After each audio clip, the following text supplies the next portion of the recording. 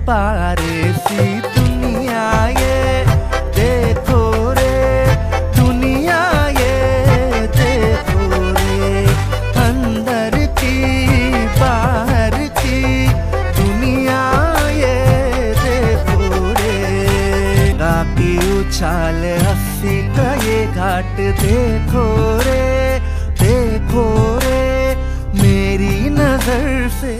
सुप्रभात मित्रांनो, लडाख वारीच्या प्रवासानंतर आपण पहिल्यांदाच व्हिडिओच्या माध्यमातून आलेलो आहोत पुन्हा एकदा सह्याद्रीच्या कुशीमध्ये। मी व्हिडिओच्या माध्यमातून पहिल्यांदा असं का म्हणलं याचं थोडंसं एक्सप्लेनेशन करतो। पाठीमागच्या आठवड्यामध्ये मी आणि सुशांत भाऊ गेलो होतो आशिया खंडातील सेकंड लार्जेस्ट सांदन व्हॅली असलेल्या ठिकाणी। तिथे आम्ही ओव्हरनाईट स्टे केला, कॅम्पिंग वगैरे केली। तर तिथे मी व्लॉग करण्याच्या मूडमध्ये नव्हतो, कारण की अर्थातच सुशांत भाऊ असले की ती एक एंटरटेनिंग सफर होऊन जाते, तर त्याच्यामुळे तिथे काही मी व्लॉग वगैरे शूट केला नाही।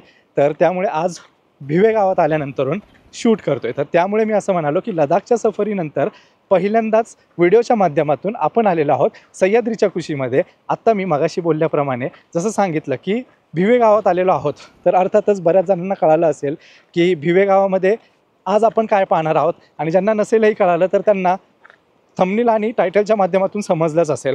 तर तरी पुन्हा एकदा क्लिअर करतो की आपण आज पाहणार आहोत यूट्यूब आणि इंस्टाग्रामवरती गेल्या महिन्यापासून ट्रेंडवर असलेला मिनी देवकुंड धबधबा। तो स्थित आहे भिवे गावामध्ये।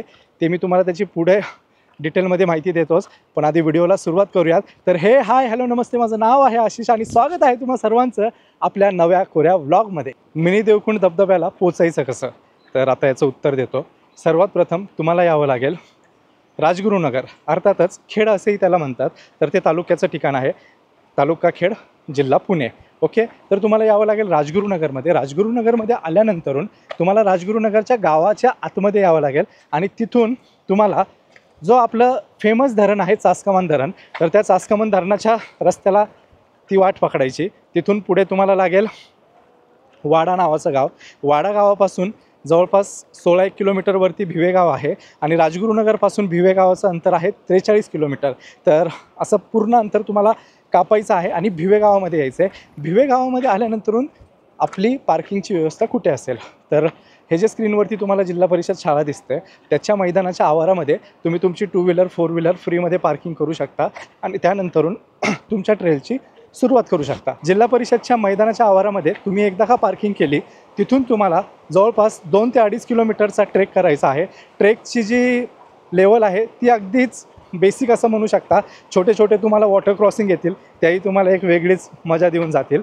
तर 2 ते 2.5 किलोमीटरच्या या ट्रेकसाठी तुम्हाला लागतील 45 मिनटं, आणि या 45 मिनटाच्या एका संपूर्ण ट्रेकनंतर तुम्ही जे अनुभवणार आहात ना, तर ते तुम्ही बऱ्याच कमी ठिकाणी अनुभवलं असेल। आता मी असं का म्हणतो आहे हे थोडं पुढे जाऊन सांगतो। खाली वॉटर क्रॉसिंग आली आहे। राजगुरुनगर क्रॉस केल्यानंतरून तुम्हाला जी काही अविस्मरणीय दृश्य पाहायला भेटणार आहेत, पुन्हा एकदा वॉटर क्रॉसिंग आली आहे, ही पण क्रॉस करतो आणि मग तुम्हाला भेटतं। सॉरी, मी बोलत होतो की राजगुरुनगर अर्थातच खेड सोडल्यानंतरून जे काही नजारे तुम्हाला पाहायला भेटतील ना, मी अक्षरशः म्हणजे मी थांबून बोलतो, मी अक्षरशः तुम्हालाही माहिती आहे की या पूर्ण यूट्यूब चॅनलमध्ये जर तुम्ही माझे कन्सिस्टंट व्ह्यूअर असाल तर आपण किती धबधबे किंवा किती निसर्गरम्य ठिकाणी गेलो आहे। अक्षरशः बोलताना अडखळतो आहे, पण ट्रस्ट मी खूप अविस्मरणीय होता आजचा जो प्रवास होता ना। म्हणजे त्यातल्या त्यात जे वातावरणाने साथ दिली आहे, चुम्मा म्हणजे आहा, डायरेक्ट समजून घ्या। आणि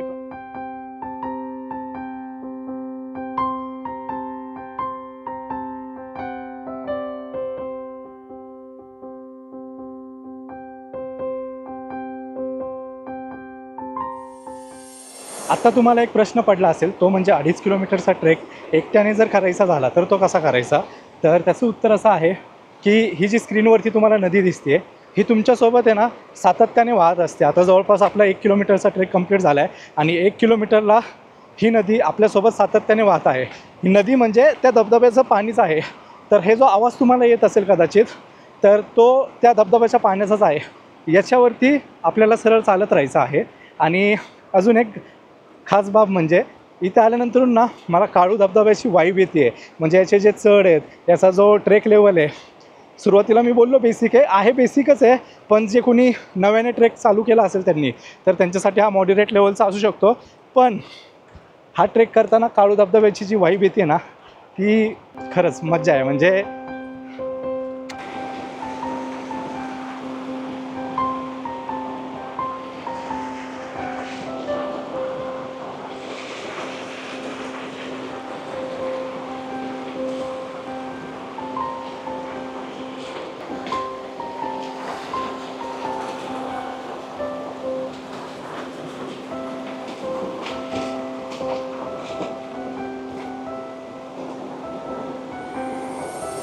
अगदी मनापासून बोलतो आहे मित्रांनो. खरंच म्हणजे जर तुम्ही ना कुठलाही ट्रेक केला नसेल ना हा ट्रेक तर नक्की करायला पाहिजे. कारण मी खरंच खूप एन्जॉय करतो आहे हो. म्हणजे मला सांगायचं तात्पर्य एवढंच आहे की मी एवढे ट्रेक केलेत, एवढे धबधबे पाहिलेत, पण मजा ती आजही तशीच आहे बरं का. म्हणजे एवढं बघितलं आहे म्हणून हे काय नाही किरकोळ वाटतं आहे तशातला प्रकार नाही आहे. खरंच या, मजा करा, बघा. आयुष्य एकदाच आहे. वातावरण एवढं थंड आहे तरी अक्षरशः आतून घामाच्या धारा निघत आहेत. ह्युमिडिटी खूप आहे. म्हणजे आपण चालतो आहे ना आणि त्यातल्या त्यात पाठीवरचं वजन, त्यामुळे हे सगळ्या गोष्टी थोडंसं स्ट्रेस देणार आहेत शरीराला आणि त्यामुळे घाम येतो आहे. असो, आत्ता आम्ही चुकलो होतो. तर जवळपास अर्धा किलोमीटर क्लाइंब करून गेलो आणि त्यानंतरून समजलं की तो रस्ताच नाही आहे, ॲक्च्युली नॉर्मल प्लेन वाट आहे. तर आता त्या दिशेने निघालो आहे. हे खरं तर ॲक्च्युली एखाद्या सिनेमामध्ये असल्यासारखं फील होतं आहे. कारण की म्हणजे आय डोंट नो, मी बऱ्याच दिवसानंतर ट्रेकला सुरुवात केली त्यामुळे असं होतं आहे की काय, परंतु I am actually in the movie. Trust me, I am actually in the movie. म्हणजे कुठला तरी तुम्ही जंगल बेस्ड सिनेमा पाहिला असेल, जुरासिक पार्क किंवा ॲनाकोंडा वगैरे त्या टाईपमध्ये, किंवा तो एक आहे आपला हिंदीमध्ये सुद्धा आहे एक सिनेमा, त्याचं नाव आठवत नाही, तर ते तशातली फिलिंग आहे की I am actually in the cinema. Finally आपण धबधब्यावरती येऊन पोचलेलो आहोत. पाण्याचा खूप फ्लो आहे. आता इथून पुढे सरळ ब्युटी शॉट.